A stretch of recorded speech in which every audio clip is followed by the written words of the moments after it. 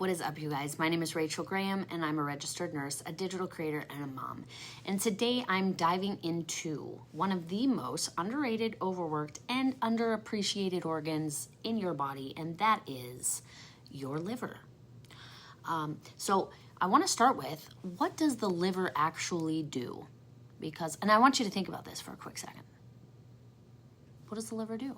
Well, your liver is the largest internal organ in your body, and it has over 500 vital functions, but we're going to focus just on the big ones, okay?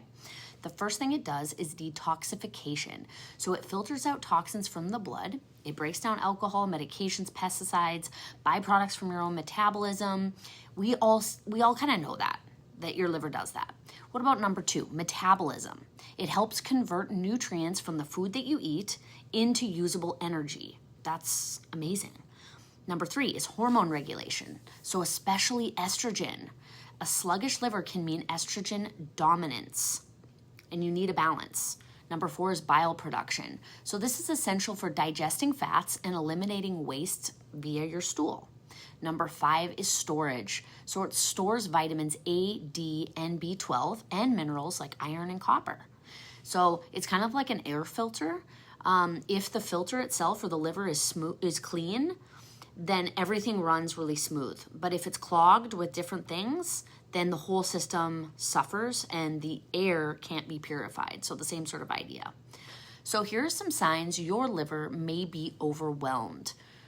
Most people don't realize that their liver maybe is having some problems because it can be a real kind of subtle creep in.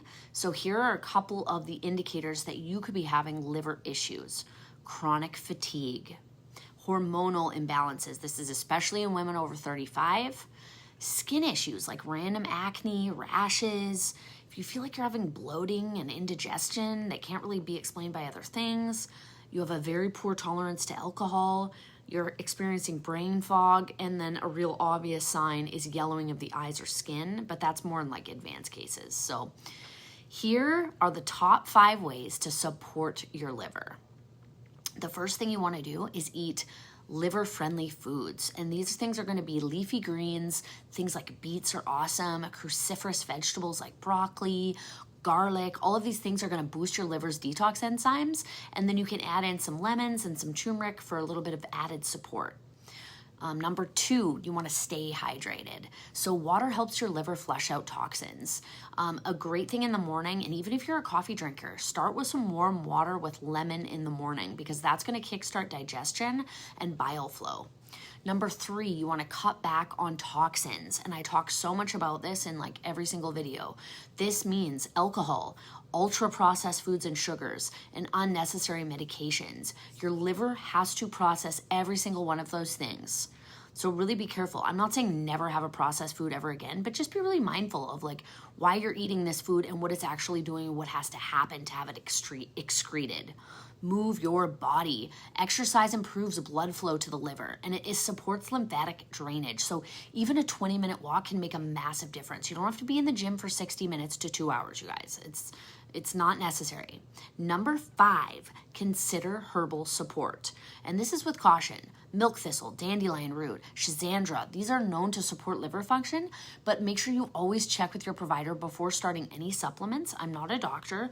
This is just, I'm a registered nurse and this is education, but this is not a diagnosis. So if you have any of these kind of like symptoms, make sure you go get it checked out. So there's a lot of talk about detox, but here's the real deal. Your liver actually detoxes 24/7. You literally do not need expensive detox kits. You need to remove what's harming your liver and then give it what nourishes it and supports it. So, and I've been a victim of this. I've done detoxes, I've done cleanses, and it's like you want that quick fix, but realistically, like if your liver is working properly, you do not need any of these things. So our livers, they do so much, like I just went over. So we really need to be cognizant and take care of our liver. And it really got me thinking, like, why don't we care about our livers? Like, you don't really learn a lot about the liver, and it's not a thing. And I wonder why. So I was Googling and doing a little research, and I wanted to see if there was like a kind of generalized answer to that question. Like, why is the liver overlooked? And that's because the first thing is you're not necessarily going to have yellow skin right off the jump. So it's going to be silent, basically, even if it's like not doing very well. So essentially, like, you know, like when you're comparing it to like chest pain or like you're having like really bad nausea, like those things are really like obvious, right? And the liver won't necessarily send obvious signals right away.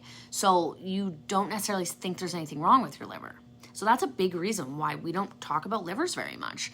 And then, like I mentioned before, detox, it's like, it's marketed as this thing that we need to do. Like, okay, like, and I totally did a juice cleanse. Like I bought a juicer, I did these aggressive cleanses, like trendy teas, like, and these are just ways to make money.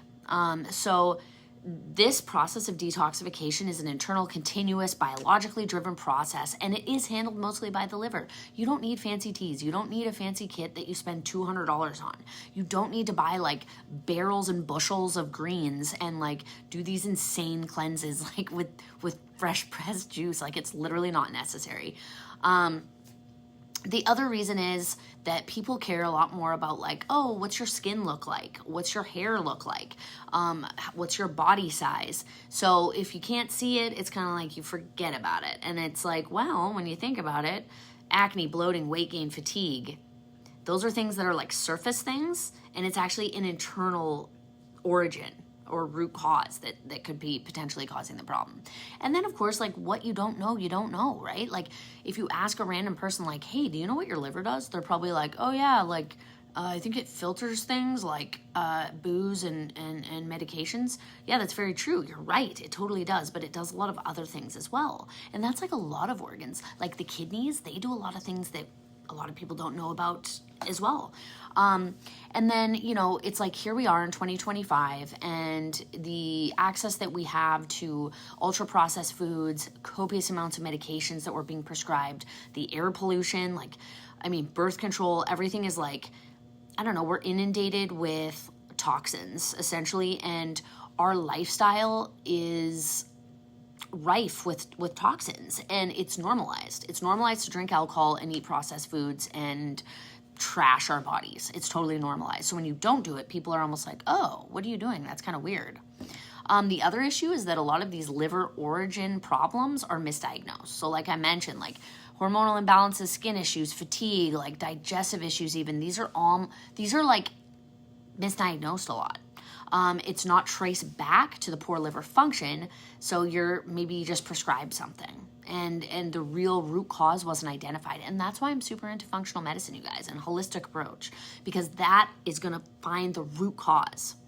And then maybe the biggest thing that I found why people don't know about like the importance of your liver and why we're not really like it's ingrained in us to take care of our livers is because it isn't something that they can market as like a quick fix, right? It isn't something that, you know, you can see on Instagram a girl being like, and for optimal liver health, just pop a pill. It's like, there's no shot for this.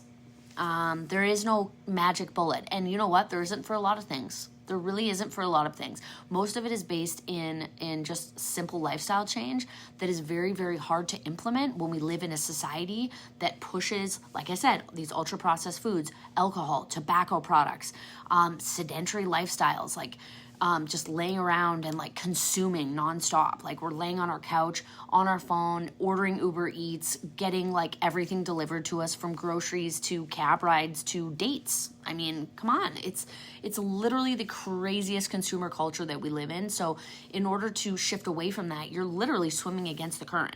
And that's really difficult for a lot of people to do, myself included. Like it's really difficult to do that. And you may be able to do it for a short time, but then it's like if you lose that like inertia and that momentum of going against the grain or against the current, it's very easy to just slip back in because it's easier, right? It's socially unacceptable to resist processed foods and alcohol and tobacco and like all of these like vices. Essentially, I would put ultra processed food in the exact same category as alcohol and tobacco and narcotics. Like legitimately, it's just legal.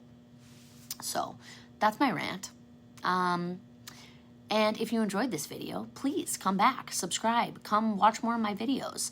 I try to put out 3 videos a week. The days have been a little wonky, but it's all good. Like and subscribe again if you like this, and I'll see you guys in the next one.